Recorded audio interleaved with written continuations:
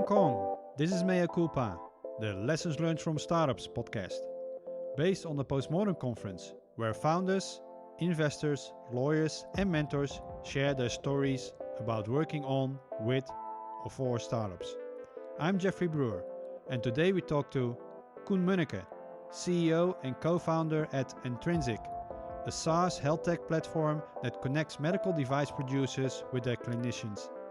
Named by Galen Growth as one of the leading healthcare startups in Asia, and also a 500 Startups alumni. Welcome, Koen. Thanks, Jeff. Nice to be here. Koen, how did you end up in startups? It's a very, very long story, but actually the funny thing was that I come from a family of entrepreneurs. So my father is one of the traditional entrepreneurs of Holland, which is actually a farmer family from the east of Holland. And my mother's side was actually also entrepreneurial, very much so. But my journey was pretty long. I did a lot of academics in the social sciences side of things. And then I wanted to do a PhD in Hong Kong, didn't get accepted. And I thought, I'll get one of those honorary degrees later, but I'm going to start a business because I had always been organizing things and events. And it just felt very natural to me to sort of start a business, I would say. And when you didn't do your honorary education, what was the point that you said, okay, I'm not going to do this, I am going to start this business? And what kind of business was that? Right. I think when I was studying in my master's, I was very interested in bespoke manufacturing, like 3D printing and that sort of whole industrial revolution 4.0 thing. And just like sort of the on a social sciencey, political economic level, on a theoretical level, I was just super interested in it all. And so for me, I really wanted to be part of that. I believe the hype, and so I thought to myself, I want to do something with 3D printing, and thought, how can I apply this? And so that sort of got me into, just thinking about starting a business, because I'd always enjoyed like building things with people, even though it was not like an entity or anything. And so I was thinking, brainstorming about it. What can I do with 3D printing? And then I met my then co-founder, who I actually knew since I was 15 or 16. And we were snowboarding together, and we were talking about this idea. He came out of retail. I was on a theoretical level completely into 3D printing and all that sort of jazz. And that's sort of really how the ball started rolling. So we started talking about the idea of how we could do something with 3D printing, which was in retrospect completely the wrong way to go about it, because we were looking for a problem to match our solution, which is like an epic mistake, obviously, to start with. But that's sort of how we started off. And and so he had this retail ideas, I had this ideas about 3D printing, and so we started going. I was already living in Hong Kong, and I was like, I'm going to go to factories, I'm going to figure all this stuff out, because I wasn't really in the manufacturing business at that point. I just went to factories. I went to factories in Shenzhen and Shanghai, started asking people, how does this work really, instead of like sort of in theory. And that's sort of how everything started to grow, if that makes sense. It's quite a significant step from going from like an education in cultural anthropology to 3D printing and manufacturing. What was there? Yeah, I mean, it has very little relationship with each other, aside from just interest in the technology in a sort of social context. And for me, I just generally get very interested and excited about things, and I just want to explore it, and especially if it's new and I don't get it. And so for me, it was really sort of this personal journey that started on a very theoretical level, and started working on this 3D printing gig. And as I went into it, you just start figuring out that the whole hoopla about 3D printing, first of all, was not really accurate. But at that point, I was so excited about building businesses that I just kept on going. And I think that was really sort of strange. I sort of rolled into it, and I still feel like after 8 years of running startups, I'm still rolling into things all the time that are just super interesting and exciting, that I would never have experienced, I think, in a different line of work. So there's no real logic to it. I just, from one thing came another, and then we were selling our products to Walmart and living in Mountain View and all this sort of crazy stuff. And I still don't really understand how we got there in many ways, but it was an epic journey for sure. Yeah. Okay. And then after your education, did you immediately start with your startup, or did you do some things in between? Yeah, I actually sort of immediately started. I got a letter from, long story short, got a letter from Hong Kong University of Science and Technology, and they were like, "This is not going to happen." I was like, "Let's do it," and I just rolled into it. I had no business background aside from just like sheer will and determination to get stuff done. I had no nothing to back me up that this was going to be a good idea. But I had always enjoyed working. What I said before, I've always enjoyed working with people that are inspired and hardworking to create something new. So some people would sort of say in a lame way, it's sort of in your genes. And in my case, I do think that it sort of is in my genes. I think it was always going to happen. It was just a question of like how the stars were going to align to get there, I guess. At that point, you were still a student.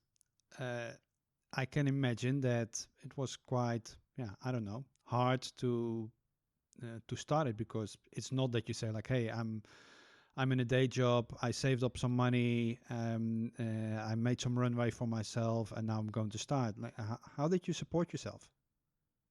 Yeah, that's a great question, and this being a super open podcast, I don't mind sharing that. I think one of the major things that I sort of have a gripe with entrepreneurship actually is that everybody says that they were grinding and it was such a hard journey and everything was like, I had 5 jobs and otherwise you're, not really a real entrepreneur. Like from my side, I've been blessed. I'm from Holland. I've been blessed with an amazing youth. I'm from a good, well-to-do family. So for the initial period, I just got support. And as a result, I could do it. That's why for me, I've always felt blessed and don't really deserve it all, because I started from a place of comfort and not because of a place of risk and danger. And so, back then I moved here from Korea when I started my first business, and I was living with my then girlfriend. We shared the rent. And there was some level of support from my family to make this all possible until we raised money. And then obviously I could stand on my own 2 feet for that matter. But I've just been very blessed. And I think I'm grateful for that every day, for my family and for my friends, that they were always there for me in that way. Otherwise, I wouldn't have been here and do what I do today, I think. And when you started, did you set yourself a goal saying like, I want to be in 12 months on that particular level, or I want to have at least X amount of users, X amount of revenue, or after 18 months, or like, how did you set yourself the goals? I think from my side, that's why I always work with co-founders. I think from my side, I am just ultimately driven to build something, walking through walls, all that sort of jazz.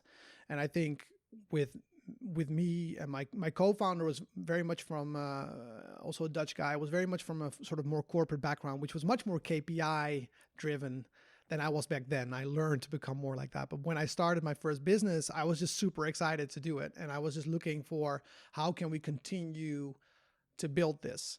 And so I think through the relationship with my co-founder, I think we were much more, to some extent, much more realistic about what were our KPIs on a personal level to continue this. And, I'm always grateful for that. And I learned so much from my previous co-founder, simply for him having that more pragmatic view about building a startup. So from our side, we were always looking at our runway and essentially raising money. And I think that was for us more, we thought we were solving a problem together, and the only target we had was like, how are we going to achieve that problem that we're solving, and there was not really a sort of a KPI there that we said if we don't hit like a certain conversion or a certain amount of customers after 18 or 12 months, and then it's over.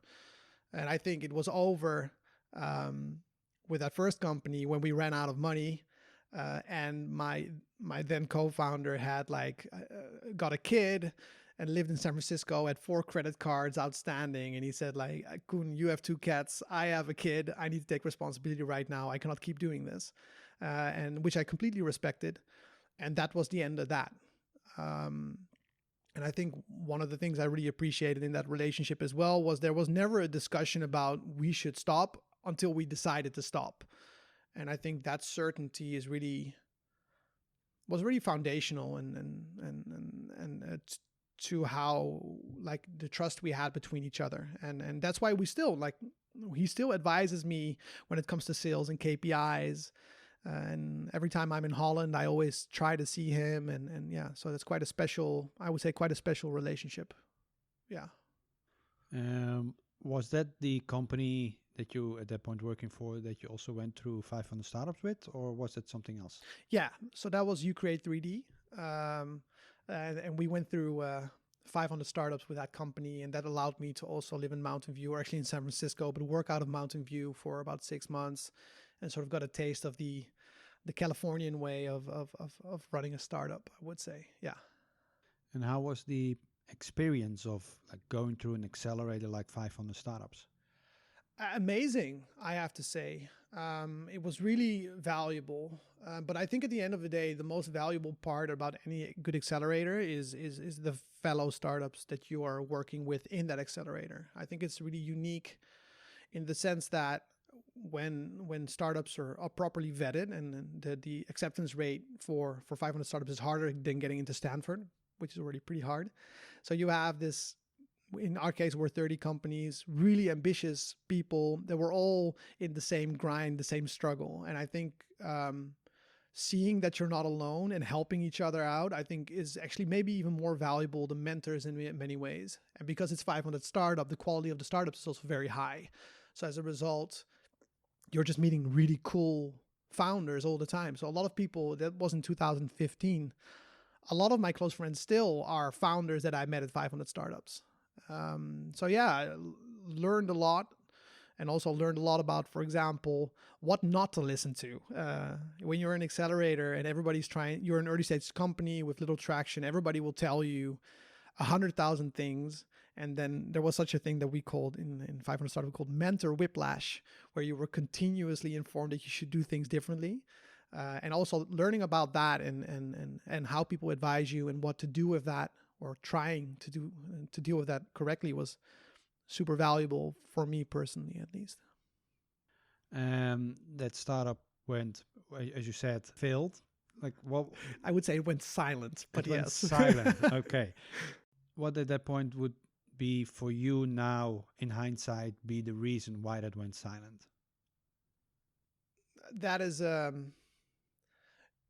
usually when investors ask me this question, I have sort of a short answer, which is like, I think it was, from my perspective, a combination of unit economic issues. So essentially us not being able to get to a price point where it worked for our customers. And at the same time, we were accelerating. So it's like essentially being in an airplane that is about to take off, but missing a wheel. And I think that for us was really the struggle. And that's also why they say, when you go into an accelerator, usually most companies die within 6 months afterwards, because either you accelerate or you go boom, or you go silent, for that matter. So I think for us, we had a huge partnership with Walmart, with Walmart.com, and which was an amazing experience to just, I can still see us sitting there in San Bruno negotiating with the hugest, sometimes friendly gorilla in the world. And we were like a 4-person company. But I also think that puts a lot of stress on your company. And if your unit economics and your strategy is not completely correct, it will either, if it is, it will make you and you'll be huge. And if it's not, it will break you and shatter you. So I think that I would say that is what happened essentially. During that point, were there any actions that you did that now in hindsight you think wasn't the brightest thing to do at that point? And like, did you learn from that, or what were your takeaways from that? And if you are allowed to talk about it, what was the decision that you at that point make? That's Where to start? I think there were so many mistakes made. It's hard to pick one, I think, because like for me, the way I run my business now is so much has been shaped from the things I've learned from my previous co-founder and all the mistakes we made together. So I think one of the thing, which is more of it's not really actually a business mistake. It's more of like a life mistake. I think one of the things I really learned through my first company is that you really need to, it sounds sort of super meta, but you need to really understand who you are and what you want to, what your value add is to the company. I think I'm quite sure with my first company that I went through at least 2 depressions, and for many reasons. But I think one of the things that I also really realized when I was in 500 startups is that if you're not sure exactly what your value or your supreme value is to your company, it really gets exacerbated by the experience of running a business. So to give you a very practical example of that, so me and my co-founder were very much,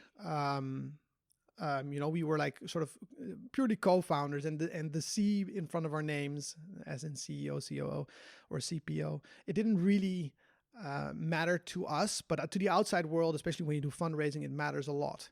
And I think for me, I've always been like a sort of a jack of all trades. I'm really good at problem solving, but anybody who knows me knows that I also know that I don't accelerate at anything specifically. I'm just better than most people to look across the different fields and sectors in our company and sort of think of innovative solutions to make things better. But like in my previous company, I wasn't really, I guess, grown up enough and strong enough to say, I need to be the CEO of this company because I am better at this, because it's a very intangible skill set. And my co-founder, who has always been the nicest about everything, he at that point was CEO.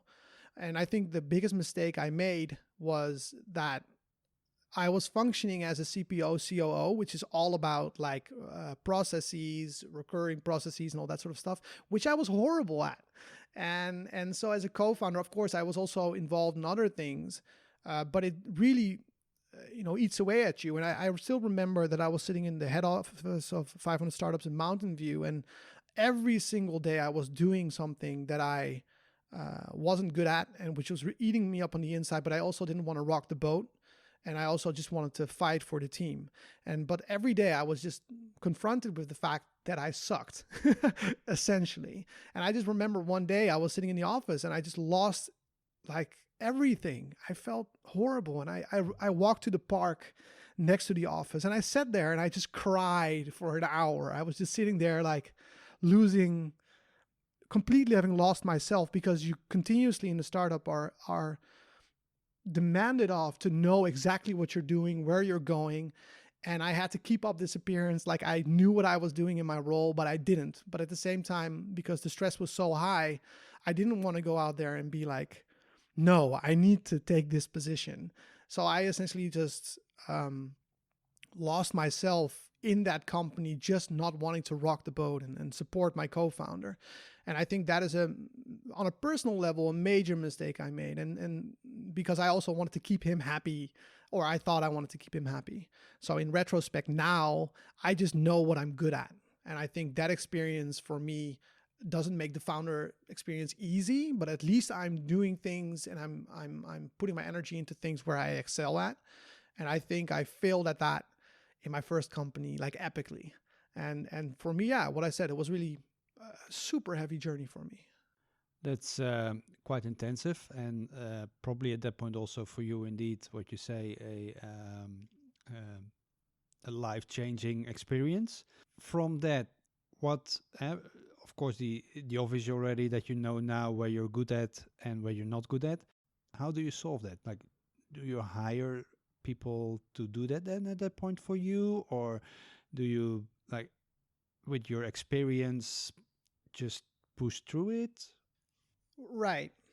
Um, I think that, like, obviously there's a reality of being in a startup, and can you or can you not hire people to do things? And I think that is obviously just a reality you have to deal with. So I think what I do in my current company, or what me and my co-founder do pretty well, is that we just look at tasks and understand, I think, without even saying it to each other, what are we not good at and what are we good at? And we try to minimize the amount of time that we need to spend on things that we are really bad at, and also try to support each other when we know that we're struggling. So I think that is sort of more that ability to communicate, that limitation that you might have,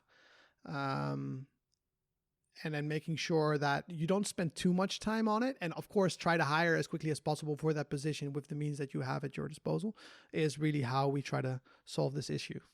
Okay. So that's the way that you learned how to cope with that. So I imagine that now when you're doing this, everything goes smooth in your current startup. Oh, I wish. I think you do your best. I think that it's a fight, right? Like, I think you have personal ways of doing things. So, for example, for me, like, I have an endless drive to solve problems, and I don't say that in a sort of like startup-y way. Like, I can really not help myself.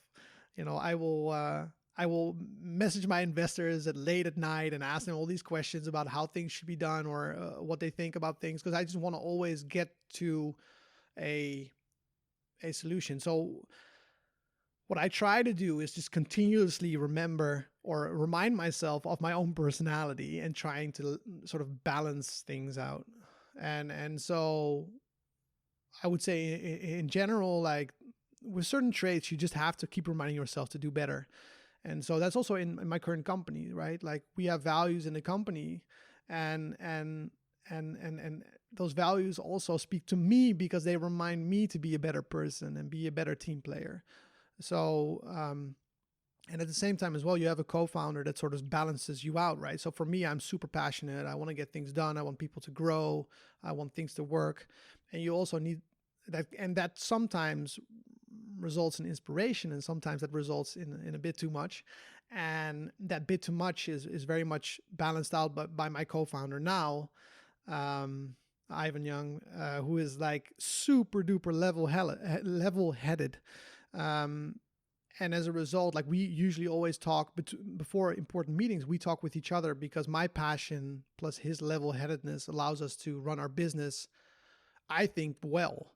But that is a continual fight to be better, right? I think that never stops. Any recent decisions that you already regret, or in hindsight, you didn't have the information, and something at that point went a little bit different than you expected? Well, things going different than expected is my everyday. And I think things I regret, I guess. Sometimes you just let your instinct and your personality get the best of you, and I think that is because of what I said before, right? I'm very driven. I want to get things done. You just sometimes you overstep, right? And I think again, if you have a good team, good co-founder, when it happens, they remind you, and then you try to do better. And I think, yeah, so that's sort of how we deal with that, and we try to, yeah, keep the boat steady in that sense. We talked a little bit already about mentor whiplash. Quite often there's a lot of advice given. What advice is often given that you actually don't agree with? I might flip the question on you, but I think the problem or the challenge generally is that people are very willing to give advice, even if they're not in your industry. So, for example, I run a B2B company, and then somebody with a B2C experience comes up and gives you all this advice, and it just does not apply.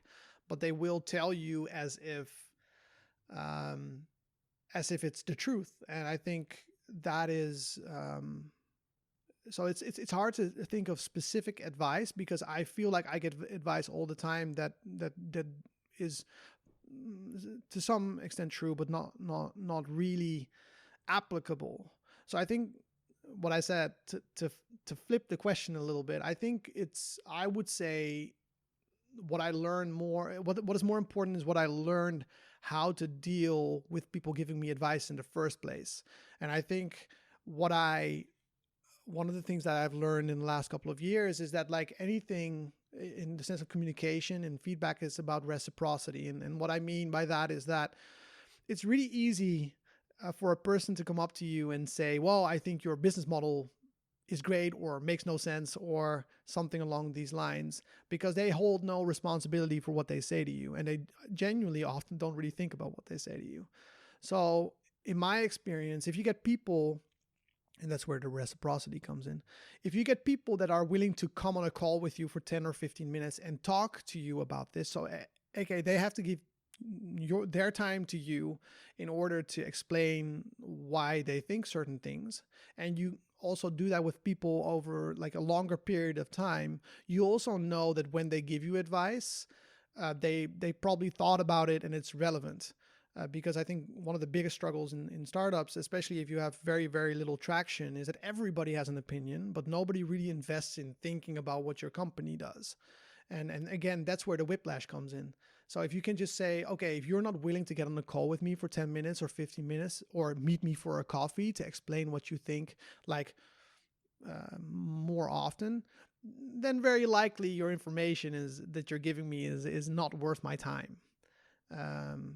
Yeah, I think looking for a single piece of advice that is wrong is really hard, because advice is also a question of timing, right? Like advice that I get now might have been valuable 2 months ago or 2 years ago, and it's completely inaccurate now. And so for people that are not in startups, for example, when they give you advice, usually they're not really in it. So like they think they're giving you valuable feedback on something they read in the newspaper. And you were like, okay, well, thank you. I appreciate your time, but yeah. And what is the most valuable advice that's ever given to you? Or maybe one or two or one or... So much as well, actually. I think one of to give very practical, something very practical, was a line that somebody taught me when I was in 500 Startups that I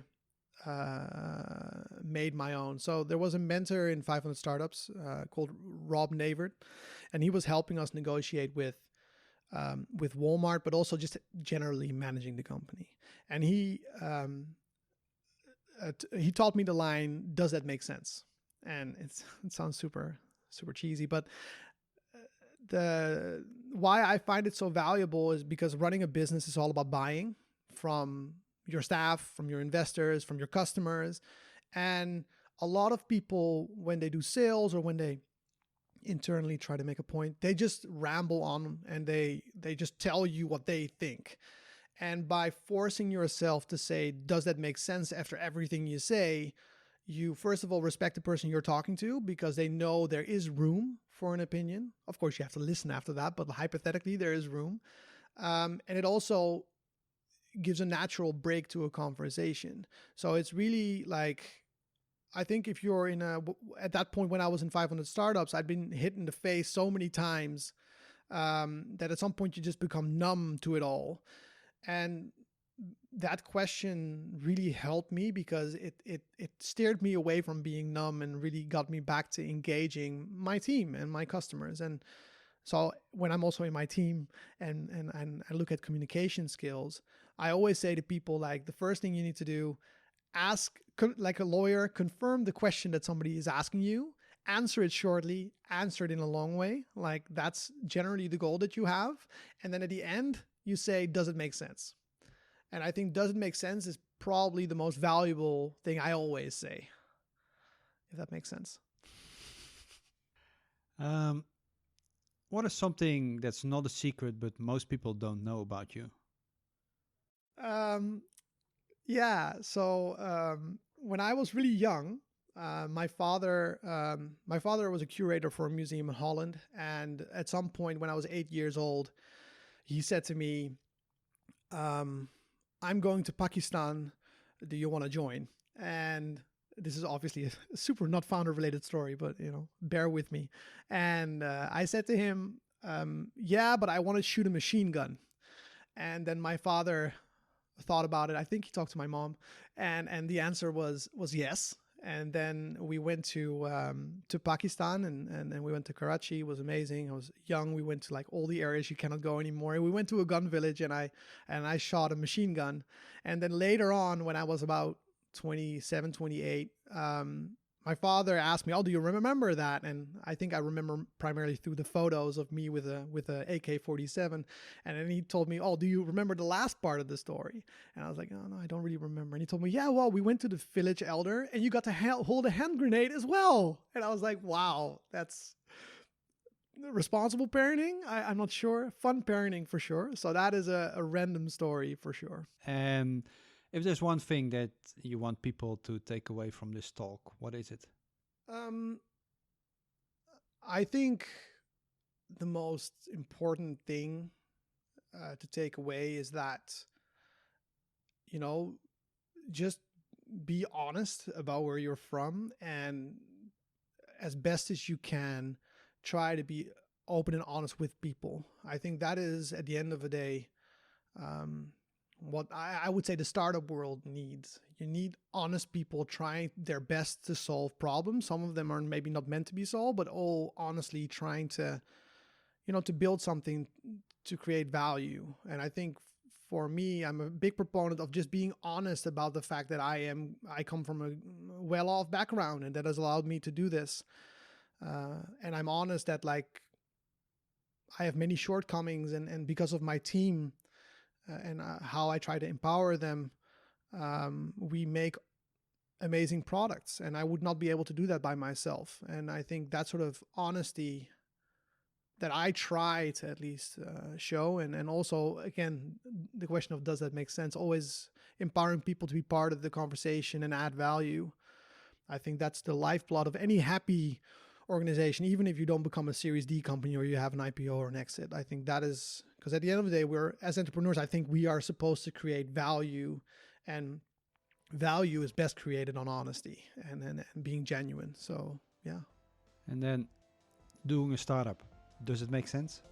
Not at all, but it's really, really fun.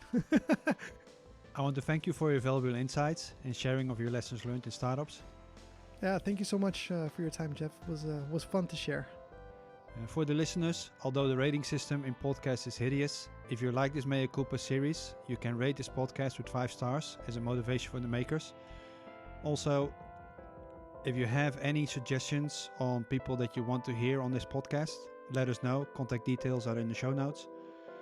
This is Jeffrey Brewer, and normally I would say go out and build something meaningful, but with this COVID situation, I'll just say build something meaningful. Thank you.